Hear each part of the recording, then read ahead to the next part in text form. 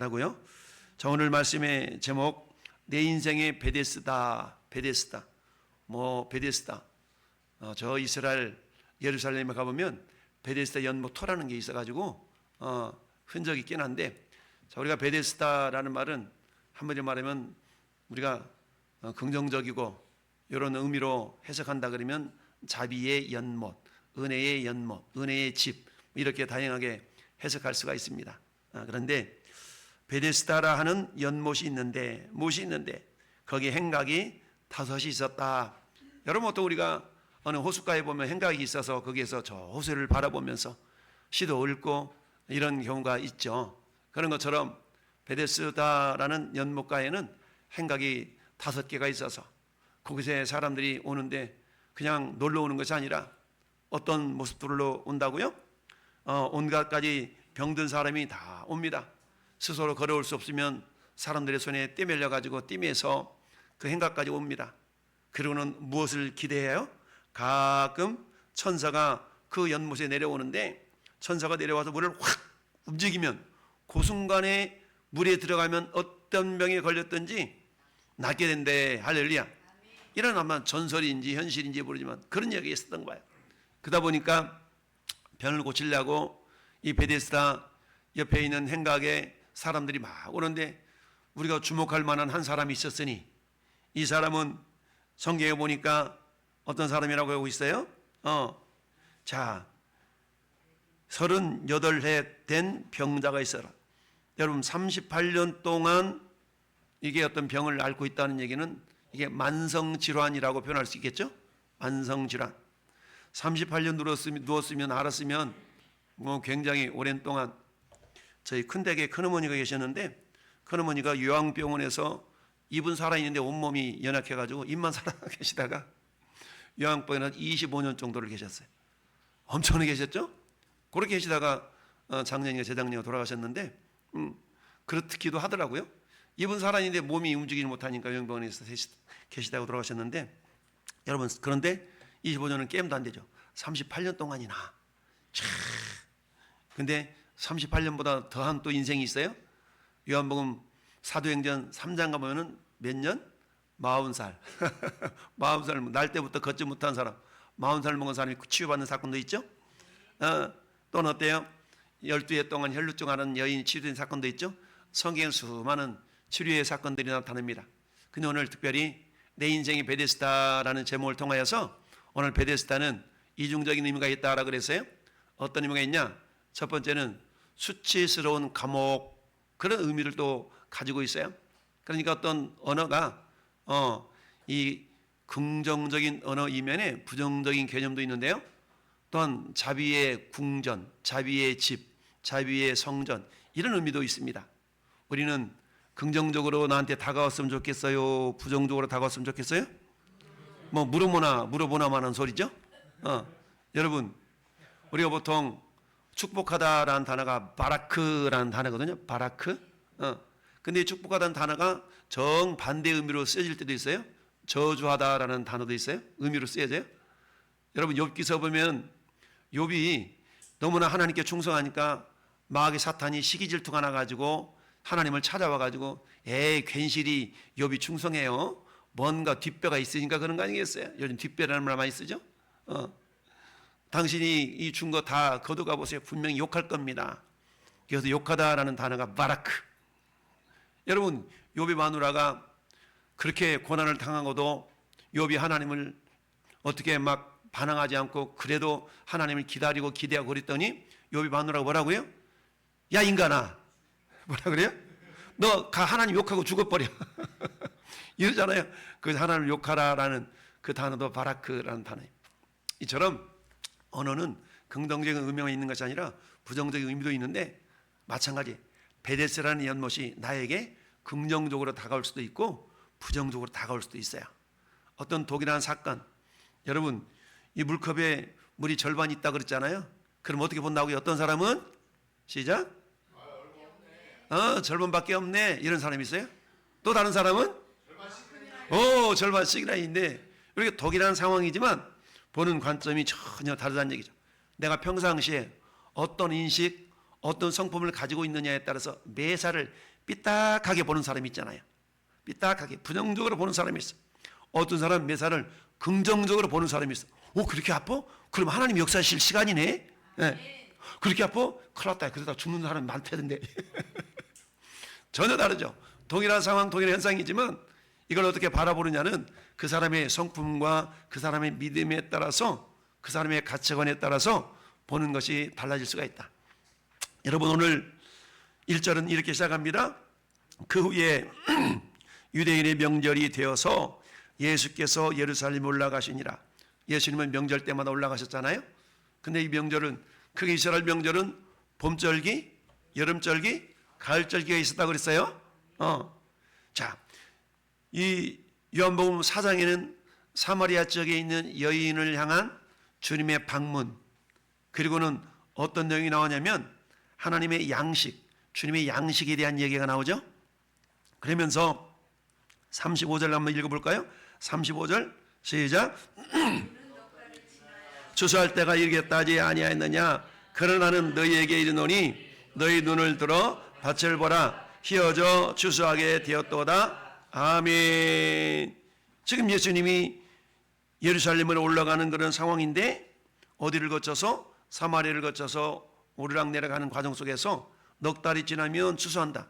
이때는 뭘 상징하냐면 오순절, 맥추절을 의미합니다. 그러니까 오늘 5장의 1절은 명절은 아마 맥추절이지 않겠나라고 학자들이, 구체적으로 이름 나타나지 않지만 전후 문맥을 유추해 본다 그러면 맥추절로 이렇게 해석을 합니다. 어쨌든 명절이 되어서 예수께서 예루살렘에 올라가셨더라. 주일은 어떤 날이에요? 주일은 따라서 주일은 명절. 명절은 어디로 올라가야 된다고요? 예루살렘 올라가. 예루살렘이 예배당, 예배의 장소가 예루살렘입니다. 할렐루야. 그러니까 이 명절날 예배당에 예배들이 나오는 사람들은 오늘 저기 나타나 있는 수치의 감옥에 갇혀 있을 가능성이 많다. 그러나 오늘 예배당에 나와서 예수 그리스도를 만나면 수치의 감옥이 변하여 자비의 궁전이 되리라. 할렐루야. 아멘은 사람들에게 이 은혜가 경험될 줄 믿습니다. 네, 그렇습니다. 좀 전에 말씀드렸던 것처럼 성경의 언어, 특별히 히브리 같은 경우는 이처럼 긍정적인 의미도 있지만 부정적인 의미를 담는 경우가 있더라. 오늘 베데스다라는 그런 연못의 이름, 이것은 긍정적으로 해석한다 그러면 자비의 연못이지만, 그러나 생각해 보세요. 38년 동안이나 요 베데스다 연못 근처에서 있는 이 사람은 질병을 치료받지 못하고 있어. 이 사람한테는 이게 은혜요? 자비예요? 아니요, 전혀 그렇지 않습니다. 수치입니다. 다른 사람은 치료받고 돌아가는데 이 사람은 38년 동안이나 치료받지 못하고 그냥 그런 모습으로 자기 자신을 바라보면서 고독과 외로움과 이런 상태가 어떻게 자비의 궁전과 같은 모습이겠어요? 이 사람은 분명 수치스러운 그런 삶을 사는 자일 수밖에 없다라는 얘기입니다. 여러분, 베데스다라는 단어는 두 개의 단어가 합쳐진 단어인데요. 한 단어는 바이트라는 단어와 헤세드라는 단어가 합쳐진 단어예요. 그래서 베데스다라는 단어인데, 여기서 바이트라는 단어는 집, 성전, 궁전 또는 감옥. 여러분, 궁전과 감옥은 전혀 상반된 개념이잖아요. 그런 의미가 바이트라는 단어 속에는 담겨져 있어요. 뿐만 아니라 헤세드, 그래 보통 하나님의 인자, 은혜 이러는데, 좀 전에 말씀드렸던 것처럼 수치스러움, 이런 의미로 해석이 되기도 합니다. 여러분, 잠언서 14장 34절에 성경은 이렇게 말씀하고 있어요. 공의는 나라를 영화롭게 하고 죄는 백성을 수치스럽게 하느니라, 욕되게 하느니라. 이렇게 거기서 저 헤세드라는 단어가 사용되어 있어요. 여러분, 죄가 하나님을 은혜롭게 하겠어요? 그렇지 않죠. 그러니까 거기서는 수치스럽다, 욕되게 한다라는 말로 해석이 되어졌습니다. 이처럼 베데스다는 두 단어가 합쳐져 있는데, 어떤 경우에는 긍정적인 의미로 많이, 대부분이 긍정적인 의미로 사용되어지지만, 그러나 부정적인 의미로도 저렇게 사용되는 경우가 있다라는 얘기입니다. 여러분, 요셉이 애굽의 종으로 팔려가서 어디로 갑니까? 감옥에 갇혀 있지 않습니까? 그때 감옥이라는 단어가 저게 바이트라는 단어입니다. 예레미야 선지자가 어디에요? 감옥에 갇혀서, 옥에 갇혀서, 뜰에 갇혀서 굉장히 고생하잖아요. 그때 뜰에 갇힌 그 뜰, 이것도 역시 고통당하는 뜰, 이것을 바이트로 해석하고 있고요. 여러분, 사사기 16장은 삼손에 대한 이야기가 나옵니다. 삼손이 결국 어때요? 결국 자기 자신의 욕심을 추구하다가 눈이 뽑히고 그런 상황 가운데 옥에 갇히게 되죠. 그 옥도 저기서 바이트라는 단어를 사용합니다. 그 반면에 저 바이트라는 단어가 궁전 또는 성전이라는 단어로 해석될 때가 있어요. 그 말은 열왕기상 6장 7장은 솔로몬이 성전과 왕궁을 짓는 그런 내용이 나오는데, 솔로몬이 짓는 왕궁, 솔로몬이 지은 성전을 저기서는 바이트라고 해석하면서 이거를 왕궁으로 이해를 하고 있습니다. 뿐만 아니라 이사야 44장 말씀에도 고레스 왕에 대해서 말하기를 내 목자라 그가 나의 모든 기쁨을 성취하리라 하며 예루살렘에 대하여 이르기를 중건되리라 하며 성전에 대하여는 내 기초가 놓여지리라 하느니라. 이처럼 바이트라는 단어를 이사야 44장 28절에는 성전으로 이렇게 해석을 하고 있습니다. 동일한 단어인데 여러분, 초막이나 궁궐이나 우리 구주 모신 곳이 그 어디나? 하늘나라. 궁궐에 사는데 그곳에 예수가 없으면 그것은 궁궐이 아니라 뭐예요? 감옥이 될 수가 있습니다. 내가 초가집에 살고 있지만 그곳에 우리 주님이 계시면, 주님을 모시고 살면 그것은 궁전일 수가 있습니다. 할렐루야. 이처럼 동일한 집이지만 어떤 사람에게는 궁전으로, 어떤 사람은 그저 초가집으로 여겨질 수가 있다. 감옥으로 여겨질 수가 있다. 마찬가지 우리의 신앙의 관점에 따라서 아우 지옥 같아, 지옥 같아, 부살 같아, 부살 것 같아, 이렇게 매일매일의 삶을 저주하며 살아가는 인생이 있는 반면에 오늘 하나님 어떻게 일하실까 나는 기대가 돼, 기대가 돼. 할렐루야. 이렇게 살아가는 분들 계시죠? 어제 아침에 전도로 나갔는데 어떤 노 목사님을 만났어. 노 목사님 만났는데 굉장히 젊어 보이시더라고. 그러시는데 그런 거, 내 나이가 몇인 줄 알아? 다 글쎄요, 한 70대 후반? 이랬더니 87이야. 다 이러시더라고. 87세 되셨는데 평택역에서 전도를 하시더라고. 돈도지 탁 나누시면서. 그러면서 우리 교단 마크 내가 거기 뛰고 하니까 우리 같은 교단이신가 봐. 교단 선배 목사님이셨더라고. 그러면서 저 아산에 사시는데 평상시에는 저 서울로 이렇게 다니는데 오늘은 이곳에 왔다고. 이러면서 같이 또 한참 은혜를 나눴는데 그러는 거예요. 나이가 들어서 보통 사람 같으면 저 노인네 혼자 모아서 뭐한대 이렇게 바라보겠죠. 근데 복음을 전하는 그 모습을 바라보면 참 아름답다. 저 목회 사역을 마치시고도 여전히 복음을 전하고자 하시는 저 열정, 하나님 보실 때 얼마나 아름답게 여길까. 할렐루야. 이런 생각을 해봤어요? 그렇습니다. 여러분, 베데스다라는 단어는 분명 은혜스러운 연못이라는 말로 일반적으로 통용이 됩니다. 그런데 오늘 행각 5개 가운데 앉아있는 모든 사람들이 다 치료받는 건 아니잖아요. 그렇다면 그들에게 있어서 이 베데스다는 분명히 자비의 연못이 아니라 어때요? 그들은 수치의 감옥과 같은 그런 장소가 될 수가 있다는 얘기입니다. 그렇다면 우리 인생도 마찬가지. 우리 오늘 본문의 제목이 뭡니까? 내 인생의 베데스다. 누구에게나 베데스다가 있습니다. 그것은 연못이잖아요. 근데 그 베데스다는 어때요? 천사가 물을 통할 때 들어가야만이 나와 연관성이 있는 베데스다가 되는 겁니다. 여전히 나에게는 그저 바라만 볼 수밖에 없는 그런 연못으로 머물러 있을 수가 있다는 얘기입니다. 이처럼 베데스다 행각에 38년 된 병자가 누워있는데 이곳에서 이 사람 뭐하고 있습니까? 어느 때나 천사가 내려와서 물을 통하지? 어떤 곳이에요? 기다림의 자리라는 얘기입니다. 베데스다는요, 외로운 기다림의 자리입니다. 왜요? 이제나 나를 고쳐줄까? 저제나 나는 고침받을 수 있을까? 여러분, 고독하잖아요. 어쩌면 우리 신앙생활 자체가 고독한 삶이거든요. 왜냐하면 때로는 남들이 알아주지 않기 때문에 주님만을 바라봐야 되는 그런 고독한 인간적인 모습이 있을 수가 있거든요. 그러나 그때 주님을 만날 수 있는 절호의 기회인 줄 믿습니다. 저는 베데스다는 외로운 기다림의 자리예요. 그렇다면 오늘 이 연못 가운데서, 연못 옆에 행각에서 38년 된 병자가 뭘 기다렸겠어요? 그저 낫기만을 기다렸겠죠. 그렇다면 이 사람이 기다려야 될 것, 오늘날 내 인생의 베데스다, 여러분 누구에게나 다 베데스다가 있어요. 그렇다면 우리는 무엇을 기다려야 될까요? 첫 번째 따라합시다. 하나님의 때를 기다리라. 그렇습니다. 오늘 사전 말씀 보니까 이는 천사가 가끔 못에 내려와. 그 가끔이 언제인지 몰라. 그러니까 그 가끔이 오늘일지 내일일지 모르니까 항상 기다리는 거야. 그럼 어때요? 항상 기다리면 오늘이 그날일 수 있겠죠. 할렐루야. 내일이 그날일 수 있겠죠. 할렐루야. 그렇습니다. 그래서 하나님의 때를 기다릴 수 있어야 되는데요. 여러분, 전도서는 솔로몬이 기록한 성경이잖아요.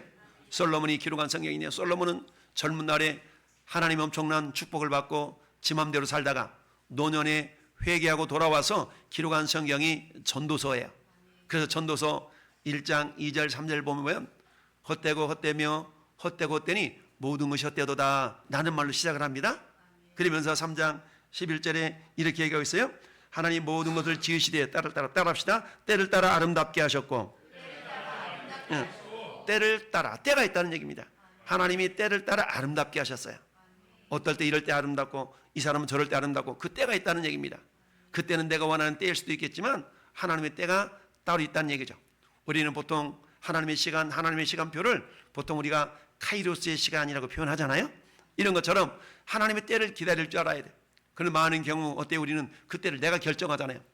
20일 작정 기도해, 30일 작정 기도해. 그 끝날에 하나님 응답해야 돼. 분명히 안 하면 큰일 나. 우리는 내가 그 때를 정해놓고 기도하는 경우가 많이 있지만 그렇게 해서 응답이 되지 않으면 우리는 실망합니다. 하나님 이럴 수 있어요? 저럴 수 있어요? 왜? 그때를 자기가 정해놓고 그때까지 안 이루어진다고 막 때를 쓰면서 하나님을 원망하고 부패하는 경우가 많이 있는데 하나님은 야, 내 때가 아직 안 됐어. 그럴 수도 있잖아요. 근데 우리는 어때요? 그때를 내 마음대로 정해놓고 이루어지지 않는다고 하나님을 원망하는 세대가 아니라 묵묵하게 하나님 때를 기다릴 줄 아는 그런 믿음의 사람들이 되기를 바랍니다. 시편 27편은 다윗의 시편인데요. 다윗은 이렇게 이야기합니다. 너는 여호와를 기다릴지어다. 강하고 담대하며 여호와를 기다릴지어다. 할렐루야. 여러분 기다림에 지쳐서 우리가 어때요? 아닌가 봐. 그때에 하나님이 역사하실 수 있습니다. 할렐루야. 분명히 하나님은 우리의 기도에 응답하시는 하나님이신 걸 믿습니다. 따라서 내가 기도했는데 응답이 안 된다? 아직 때가 안 됐다라고 믿고 어떻게 해요? 외로움이 있다 할지라도 반드시 하나님이 이루실 걸 기대하면서 기다리는 자리가 베데스다인 줄 믿습니다. 여러분 예수님은 요한복음 14장 18절에 그렇게 말씀합니다. 내가 너희를 고와 같이 버려두지 아니하고 너희에게로 오리라. 할렐루야. 우리 지금 우리한테 오신다고 그랬어요. 먼저는 성령으로 오셨습니다. 할렐루야. 두 번째는 육신의 모습으로 오실 겁니다. 우리는 그 약속을 믿고 오늘도 기다리고 있습니다. 두 번째는 어때요? 뭘 기다려야 돼요? 하나님의 방법을 기다릴 줄 알아야 됩니다. 여러분 우리는 어때요? 내 방법대로 됐으면 좋겠어요. 내 방법대로. 우리 인간의 수는 열 손가락 꼽으면 다 없잖아요. 그러나 하나님의 수는 모래보다 많도소이다. 할렐루야. 여러분 하나님의 수는 모래보다 많아. 그러니까 어떤 상황 가운데서도 여러분 하나님의 수가 분명히 있습니다. 따라서 우리는 하나님의 방법을 기다릴 수 있어야 됩니다. 38년 된 병자가 할 수 있는 건 뭡니까? 물이 동할 때 누군가 가서 밀어 넣어주는 거예요. 이게 이 사람에게서 유일한 방법이거든요. 누가 밀어 넣어주기를 바라는 것만이 이 사람에게 있어서 유일한 방법이었어요. 그러나 하나님의 방법은 이 밖에도 또 있다는 것을 우리 오늘 본문을 통해서 확인해 보지 않았습니까?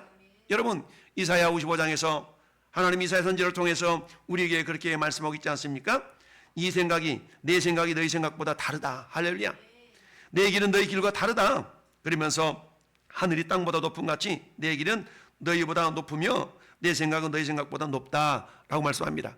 즉 우리 생각보다 하늘처럼 높으신 하나님의 생각을 우리가 완전히 이해할 수는 없지만 분명한 사실은 전능자의 손길이 우리의 교하고 간과하는 모든 것 속에 분명히 역사하신다는 사실. 할렐루야. 여러분 하나님의 방법을 기다리지 못해서 한마디면 죽을 뻔했던 사람, 우리가 열왕기하에 나아만 장군이라는 사람이 나와요. 그렇잖아요. 나아만 장군은 저 아람 나라 시리아의 2인자였어. 근데 한 가지 흠이 있었는데 문둥병자였어. 그러니 얼마나 그렇게 했어요. 권세를 누리고 싶은데도 불구하고 어때요? 문둥병 때문에 권세를 절반밖에 못 누려. 그래도 어느 날 저 이스라엘에서 잡혀온 계집종 하나가 우리 저 나아만 장군님 우리 고향 땅에 있는 선지자 앞에 가면 분명히 나을 텐데요. 지푸라기도 잡는 심정으로 이제 어때요? 왕에게 서신을 보내서 이제 서신을 받아가지고 이스라엘로 와가지고 어때요? 엘리사를 만났는데 가득 기대에 부푼 마음으로 왔지 않겠어요? 어떻게? 엘리사가 와서 버선발로 달려나와서 팍 안수를 하고 막 이럴 줄 알았는데 와라 그래요. 코뼈에도 안 비치고 요단강에 가서 7번 씻으라 이렇게 얘기를 하니까 실망한 거야. 내가 이래봬도 아람 나라 2인자인데 나는 이렇게 대우해? 뭐 이랬던 거예요. 그래가지고 막 불타고 나가지고 돌아가려고 그러니까 하인들이 뭐라고 그래? 아우 장군님 아니요 이거 너무 쉬운 일 아니에요. 이보다 더 힘든 일 하라고 했다라면 할 거 아니겠어요? 그러고 들어보니까 맞는 말이거든. 그 자존심을 살짝 죽이고 어때요? 내 생각이 아니라 엘리사 생각대로 7번 씻었더니 어린애 살결처럼 회복이 되어지더라. 할렐루야. 그렇습니다. 우린 내 방법대로 뭔가 되어져야 돼. 그러나 하나님은 내 방법보다 더욱 좋은 방법을 예배해 놓으신 줄 믿습니다. 여러분 그렇습니다. 우리 하나님의 방법은요, 때로는 약한 자들을 통하여 강한 자를 부끄럽게 하시고요, 천한 자들을 통하여서 부한 자들을 부끄럽게 하시는 하나님의 능력이 있는 줄 믿습니다. 그래서 어때요? 가끔 말씀드리지만 우리 하나님은 세상 사람들이 바라볼 때 전도를 미련하다라고 여길 정도까지 하나님 그런 방법을 사용하신다고 그랬어요. 전도가 미련하대. 여러분, 내가 날마다 나가서 전도하는 모습 세상 사람들이 바라볼 때는 뭐라 그랬어요? 미련하다고 여기지 않겠어요?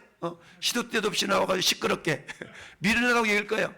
근데 어때? 하나님은 그 미련한 방법을 통하여서 구원시키기를 기뻐하신다는 얘기입니다. 할렐루야. 그렇습니다. 하나님의 방법을 기다릴 수 있기를 바랍니다.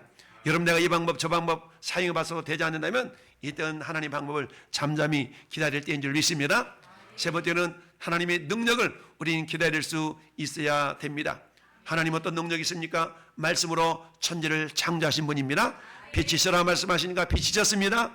그 하나님은 저 아브라함을 들어서 아브라함이 되게 하시고 우리 믿음의 조상으로 빚어가신 전능자 엘샤다이 하나님인 줄 믿습니다. 여러분, 아이를 낳을 수 없었던 그 시대에 사라에게 나타나서 내년 이맘때에 아들이 있겠다고 그러니까 웃었잖아요. 왜 웃냐 이놈아? 내가 그렇게 능력이 없는 줄 아느냐? 안 웃었는데요. 아니, 네가 웃었어. 그래서 심지어 이름까지도 이삭이라고 그러셨잖아요. 이삭이라는 이름이 웃음이 웃음. 그걸 보면서 어때? 내가 하나님 믿지 못하고 웃었지. 아들을 부를 때마다 그 생각 나지 않았겠어요? 하나님을 내가 믿지 못해서, 하나님 내가 믿지 못해서 이 아들 내미를 낳았는데 그래도 하나님이 나에게 은혜를 주셨구나. 나가면서 하나님의 은혜를 기억한 거 아니겠습니까? 그렇습니다. 여러분, 마리아도 역시 얼마나 황당합니까? 자기는 남자를 모르는데 임신해서 애를 낳는다고 그러니까 얼마나 놀라요. 그래서 고민하고 있을 때 누가 엘리사벳이 이 마리아를 위로해 주잖아요. 어떻게 위로해 줘요? 야야야, 나도 나이 들어가지고 애를 못 낳을 뻔했거든. 근데 하나님께서 나도 해줬잖아. 가봐, 6개월이나 됐어. 이렇게 하니까 이 마리아가 엘리사벳의 말을 받아들이고 어때요? 믿은 여자에게 복이 있다 그러잖아요. 그걸 믿으면 복이 있는 거야 그랬더니 어때? 그 말을 받아들였어요? 그러면서 주의 여정이 오니 그 말씀도 내가 이루어지기를 내가 고백합니다. 이렇게 받아들이잖아요. 이처럼 하나님의 능력을 오늘 베데스다에서 기다릴 줄 알아야 됩니다. 할렐루야. 이처럼 하나님의 능력을 기다리는 자에게 여러분, 아브라함에게 이삭을 주셨던 것처럼 저 여러분들에게 놀라운 기적의 열매들을 주실 줄로 믿습니다. 여러분처럼 외로운 기다림의 자리가 베데스다입니다. 그러면 기다렸다면 뭔가 열매가 맺어져야 되지 않겠습니까? 자, 요 세 번째는 주보에는 없어요? 주보에는 없는데, 자, 그렇다면 이 기다림의 끝에 어떤 것인가? 이 베데스다는 따라합시다. 예수님이 찾아오시는 자리. 그렇습니다. 예수님이 베데스다는 예수님이 찾아오시는 자리예요. 예수님이 찾아오신 자리. 우리 예수님이 찾아올 때 주님이시네 라고 발견하는 사람이 있고 주님인 줄 모르고 흘려보내는 사람이 있는데, 전에 여러분들은 예수님을 발견하고 예수님을 영접하고 예수님을 온전하게 맞이하는 믿음의 사람이 될 수 있기를 바랍니다. 예수님은 어떻게 찾아오셨어요? 첫째는 말씀으로 찾아오셨습니다. 여러분, 1절에 명절이 되어서 예루살렘으로 올라갔는데 예루살렘 명절에 예배만 드리고 그냥 가버릴 수도 있는데 누구를 향하여? 오늘 이 38년의 병자를 향하여 찾아가시잖아요. 할렐루야. 어디로? 베데스다로 찾아가셨어요. 예수님이 찾아가셔서 말씀하십니다. 6절 말씀에 내가 낫고자 하느냐. 이게 물어보나 말하는 소리를 물어보고 있어요. 우리 주님은 가끔 당연한 소리를 여쭤보는 경우가 있어. 너 낫고 싶냐? 당연히 낫고 싶죠. 이래 대답했는데 이 사람은 낫고 싶어요 말하지 않냐고. 예, 제가요 막 서론이 길어. 물이 움직일 때 나를 막 넣어주는 사람이 없어가지고 내가 그동안 다른 사람이 가려고 그러면 다른 사람이 먼저 가가지고 그 사람이 낫지 뭐예요. 나는 이처럼 38년 동안이나 낫지 못하고 있어요. 막 장황하게 그냥 단순하게 예 그렇습니다 낫고 싶어요 이러면 될 텐데 막 설명하고 있어요. 어쩌든 예수님 말씀하셨어요. 일어나 내 자리를 들고 걸어가라 하시니. 할렐루야. 우리 하나님께서는 어때요? 걸어가라 하시니라는 것이 레마라는 말인데, 레마 보통 로고스가 레마가 된다 그랬죠. 여러분, 로고스는 지식적인 말씀, 레마는 믿음으로 행동하는 말씀, 이거거든요. 예수님은 그저 우리를 구원하시는 분, 지식적으로만 알아요. 근데 이걸 내가 예수님 영접하지 않으면 나하고는 아무런 상관이 없어. 영접하는 자고 그 이름을 믿는 자들에게는 하나님의 자녀가 된대. 그래? 그리고 예수님 영접해야지. 여기까지 가는 걸 레마라고 말할 수 있는데, 여러분 말씀으로 찾아오신 예수님, 요한복음 1장 1절에는 태초에 말씀이 계시니라, 이 말씀이 하나님과 함께 계셨으니 이 말씀은 곧 하나님이시니라. 말씀으로 예수님이 이 땅에 오셨는데 그 모습을 보니 하나님의 독생자의 영광이요 은혜와 진리가 충만하더라 라고 고백하고 있습니다. 할렐루야. 여러분 10편 107편도 역시 보니까 죽을 뻔한 그 상황 가운데서 이 사람이 뭐 했어요? 하나님께 부르짖었어. 부르짖었던 하나님 하시는 일이 있는데 말씀을 보내셨어. 말씀을 보내사 저희를 고치사 위험한 지경에 저희를 건져 주시는도다 라고 말씀하고 있습니다. 할렐루야. 이처럼 하나님은 말씀을 보내주셔서 고치시는 능력의 하나님이신 줄 믿습니다. 여러분 마태복음 8장에 우리 잘 아는 백부장 이야기가 나오잖아요. 주님 말씀으로만 하옵소서 그럼 내 하인이 낫겠나이다. 할렐루야. 예수님이 깜짝 놀랐어요. 이만한 믿음을 내가 이스라엘에서 못 봤는데 이방인인 저 백부장이 이런 믿음을 가지고 있다니. 주님이 막 감동해가지고 우리 감동해가지고 고쳐주시잖아요. 할렐루야. 이런 것처럼 예수님은 말씀으로 찾아오십니다. 오늘도 우리에게 말씀으로 찾아오십니다. 할렐루야. 여러분 우리 주보에 많은 성경 구절이 있지만 이걸 다 여러분이 알 수 없잖아요. 여러분들 예배 시간에 성경 구절 마음에 닿는 성경 하나를 붙드는 겁니다. 하나를 붙들고 일주일 내내 그 말씀을 부여잡고 기도하는 겁니다. 할렐루야. 이 말씀이 나에게 이루어지게 하여 주옵소서. 이 말씀을 경험하게 하여 주옵소서. 많은 말씀들이 기록되어있는데 어떤 사람은 이런 말씀이 복이 되고요, 어떤 사람은 저런 말씀이 복이 되는 겁니다. 오늘 많은 주소들이 있지만 말씀 주소가 있지만 이 많은 말씀의 주소 가운데 여러분들 특별히 복이 되는 말씀 부여잡는 거예요. 저 말씀을 내 말씀을 한 주간 동안 붙들고 살아야지 라고 여러분들이 한 말씀만 붙들고 그 말씀이 경험이 된다 그러면 할렐루야. 52주면 여러분 52절 말씀이 경험되는 것은 놀라운 기적의 역사가 나타나게 된다는 사실. 할렐루야. 우리 주님은요 이 베데스다에 무엇으로 오셨어요? 말씀으로 찾아오신 것뿐만 아니라 구원자로 찾아오신 줄 믿습니다. 낫고자 하느냐? 그랬더니 때 일어나 내 자리를 들고 걸어가라. 38년 동안 걸어본 적이 없는 이 사람에게 우리 주님은 놀라운 구원의 역사를 이루어 주신 줄 믿습니다. 여러분 예수님은 누가복음 19장에 나사로를 그쵸? 누굽니까? 나사로가 아니 누구야? 목나물로 사는 누구야? 삭개오. 나사로, 삭개오 세 글자인데 헷갈려. 예수님이 삭개오를 여리고에 삭개오를 찾아오시잖아요. 여러분 삭개오를 찾아오셨어. 키가 작아가지고 예수님 얼굴 한번 보려고 막 돌무화가 하나 올라가가지고 저만큼 걸어오고 있는 예수님 보잖아요. 그래서 마리아 그 삭개오 눈하고 예수님 눈이 딱 마주치는 순간에 예수님 뭐라고 말씀하세요? 삭개오야 속히 내려와라. 오늘 내 집에 내가 유하야겠다. 할렐루야. 사람들은 비웃는 거야. 죄인의 집에 들어간다고. 왜? 삭개오는 세리장이었잖아요. 그 당시에 세무공무원은 굉장히 도둑처럼 여겼던 시대. 그랬더니 예수님이 하신 말씀이 삭개오 누가복음 19장 10절에 야 내가 왜 온 줄 알아? 죄인들을 불러서 구원하려고 왔어. 할렐루야. 내가 죄인을 불러 구원시키려고 구원자로 왔다고 주님이 말씀하십니다. 할렐루야. 이처럼 예수님이 이 땅에 구원자로 오신 줄 믿습니다. 구원이라는 것은 우리를 천국 가게 하는 것만이 구원이 아니에요. 우리가 해결할 수 있는 문제를 해결시키는 해결자 역시 우리는 구원자인 줄 믿습니다. 내 인생에 해결할 수 있는 그 문제 우리는 어때요? 인생의 베데스다에서 주님을 만나면 그 주님이 우리의 인생의 문제를 해결해 주실 줄 믿습니다. 38년 동안 해결할 수 없던 그 문제를 할지라도 주님을 만나니까 주님이 이 문제를 해결해 주셨던 것처럼 할렐루야. 내 인생에 해결할 수 없는 문제를 할지라도 그 문제를 주님께 가지고 나가서 주님을 배우면 우리 주님으로부터 놀라운 구원의 역사가 경험되어 될 줄로 믿습니다. 그렇습니다. 이 베데스다는 어떤 자리예요? 예수님을 만나야 될 자리. 할렐루야. 이 38년 된 병자는 어때요? 천사들이 물을 통하기를 물을 이렇게 움직이게 하기만을 기다렸지만 우리 주님은 이 베데스다에 찾아오셔서 이 사람을 만나 주신 줄 믿습니다. 이처럼 베데스다는 어떤 자리라고요? 예수님을 만나야 될 자리입니다. 여러분 절망의 자리, 수치의 자리였던 이 베데스다가 이제는 은혜의 자리, 사랑의 자리, 회복의 자리로 변화가 되어지는 것은 예수 그리스도를 만날 때만 가능한 줄 믿습니다. 할렐루야. 첫 번째 우리가 그렇다면 무엇이 회복이 되어져야 될까요? 첫째는 믿음.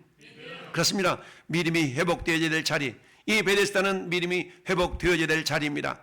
내 경험상으로 내가 알기로는 이건 뭐예요? 내 경험과 내가 알기로는 내 지식을 의지하는 것은요 말씀과 전혀 상관이 없을 수가 있습니다. 우리 하나님의 말씀은요 내 지식을 초월하여 역사하시는 하나님인 줄 믿습니다. 어떻게 남자와 여자가 자지 않았는데 애가 생겨요? 마리아가 도저히 이해가 안 됐습니다. 그러나 지극히 높으신 하나님의 성령이 너를 덮으면 그런 일이 나타난단다. 사람으로 힘을 할 수 없지만 하나님은 그렇지 아니하니 하나님으로서는 모든 걸 할 수 있느니라. 할렐루야.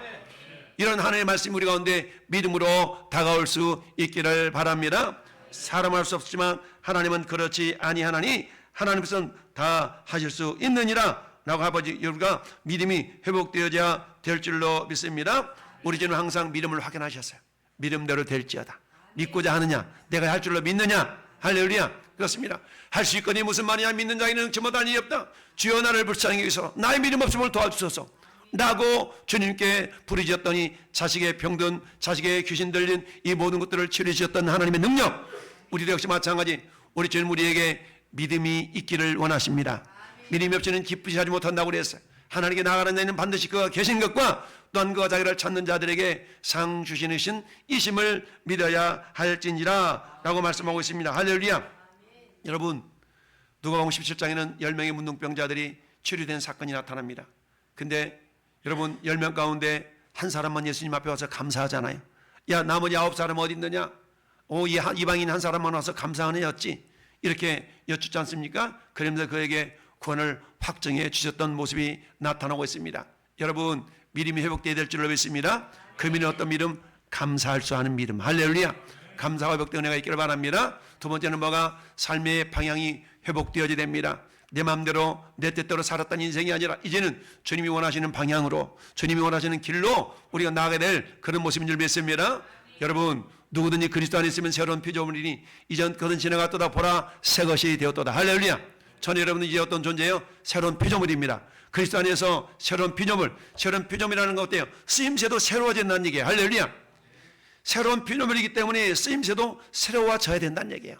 옛날 그대로 쓰임받는 것이 아니라 이제는 우리가 예수 안에서 새로운 피조물이 되었기 때문에 이제는 어때요? 주님의 쓰시기에 합당한 믿음의 그릇들로. 할렐루야.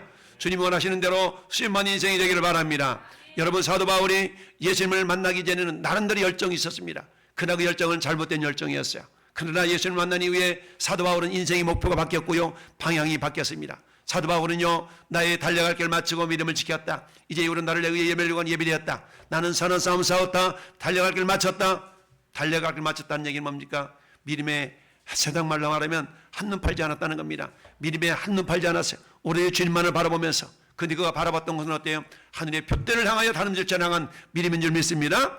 여러분, 사도 바울은 믿음의 표대를 하늘을 향하여 세우고 그 표대를 바라보며 나간 줄 믿습니다. 여러분, 땅에 있는 것은 다 움직여.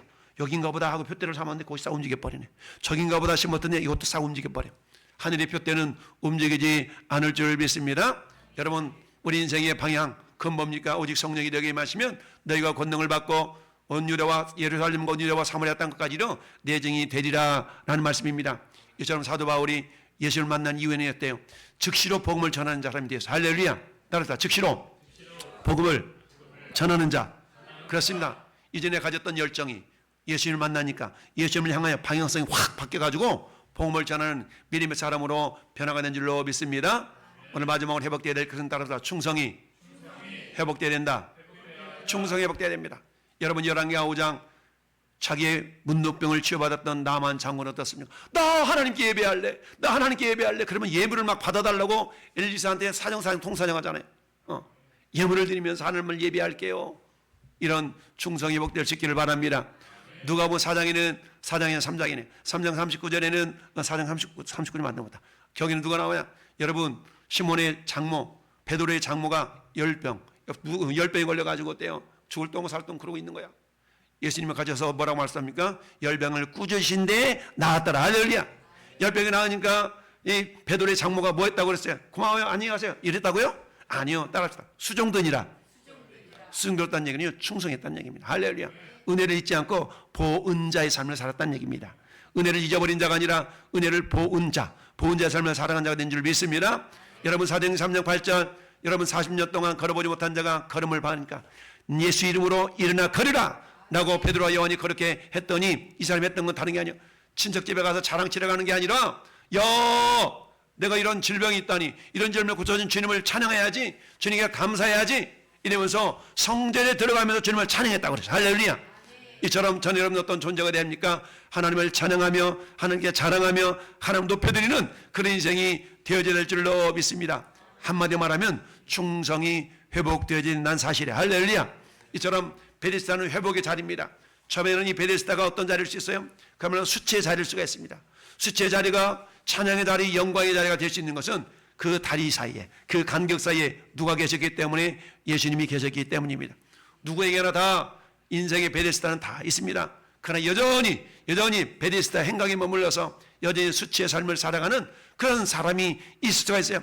예수를 믿는다면서도 그런 삶을 살 수 있습니다. 그러나 여러분, 날마다 어때요? 그 주님의 임재하심을 사모하면서 외로운 싸움 가운데 마침내 주님을 만난 자들은 할렐루야, 뭐가요? 믿음이 회복됩니다. 삶의 방향성이 회복됩니다. 충성이 회복됩니다. 그럼 우리는 어때요?